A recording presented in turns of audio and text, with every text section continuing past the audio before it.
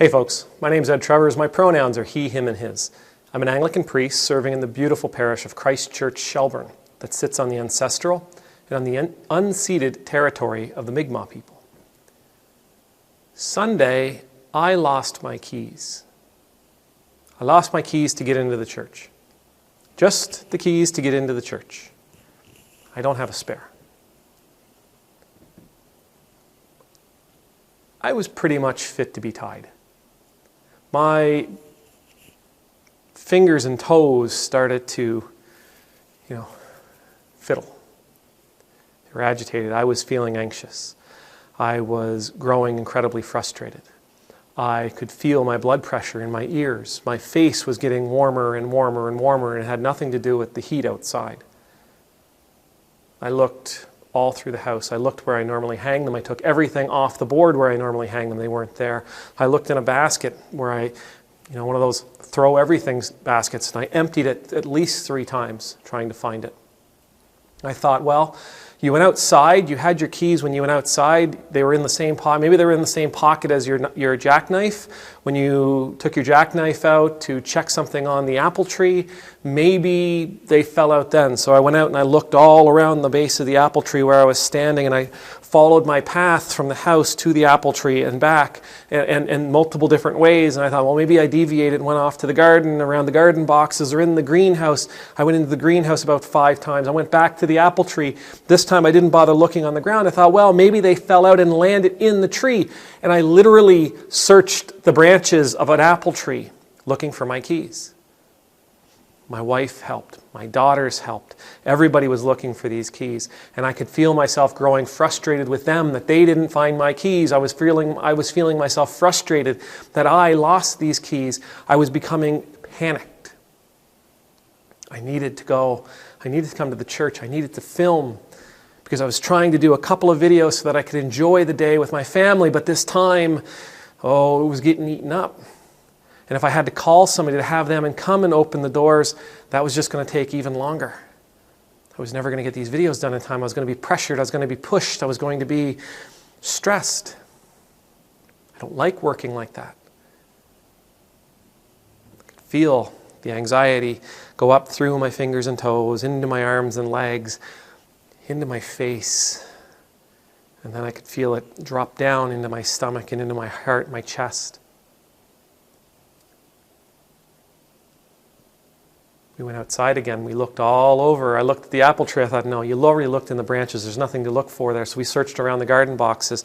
Nyla went around the garden boxes, and then Naya went around the garden boxes, and then I went around the garden boxes. And then I remembered running my fingers through the radish leaves, the radish plants, putting some soil around them to help pack them in a little bit, help them to grow. And there on the edge the garden box were my keys. This story is less about the keys and more about how I was feeling. The longer I went without knowing where my keys were, the longer I went thinking I had lost my keys, thinking that I was losing my mind, the longer I went searching places that I had no business searching for these keys,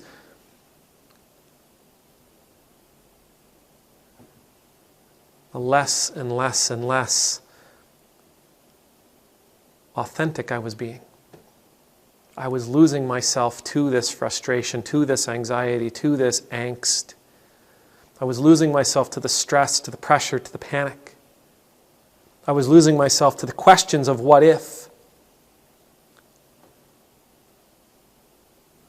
I was losing myself.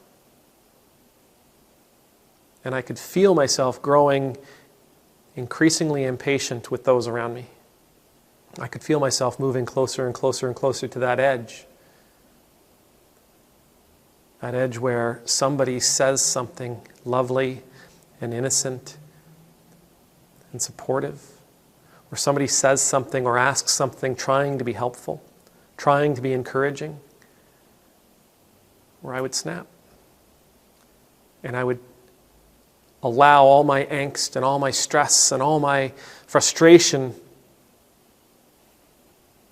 be pointed at them. I'm feeling much better now. And I'm thankful that I didn't walk over that edge, but it just reminds me that we have these encounters with people all the time. And sometimes those people are really quite nasty. Sometimes those people are rude. Sometimes those people are downright mean, vengeful, vindictive. Sometimes they are spiteful, hurtful.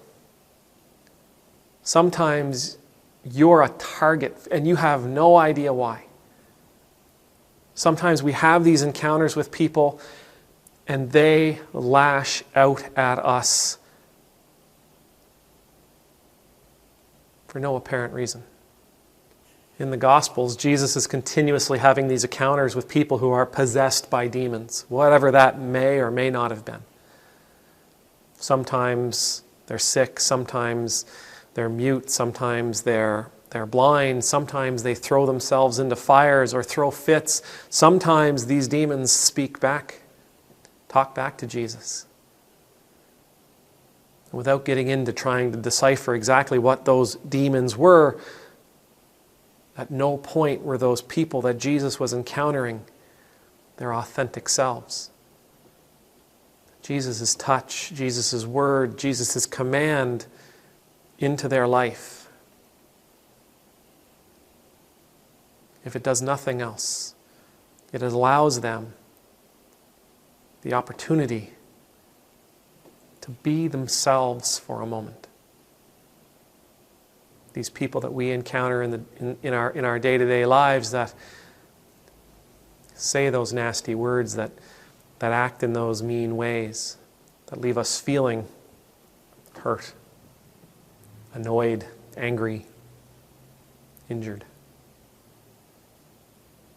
Those people aren't themselves in those moments. They're a caricature of the culmination of all the different things that are happening in their lives. They're not able to truly be themselves because they're carrying so much weight. They're carrying so much hurt, so much stress, so much strain, so many experiences and dark memories. And all of those factors combine in that moment to make them who they are, to make them behave in the way that they do, to make them speak in the way that they do. May the Lord bless you, may the Lord keep you, may the Lord's face be made to shine upon you and be gracious to you. May the Lord's countenance be lifted up to you, may you always know the peace of being in the Lord's presence. And I pray that when you and I have these interactions with people who seem so incredibly difficult, let's be compassionate as we are capable in that moment. And remember, some of those folks have been searching for their lost keys for a lifetime. Amen.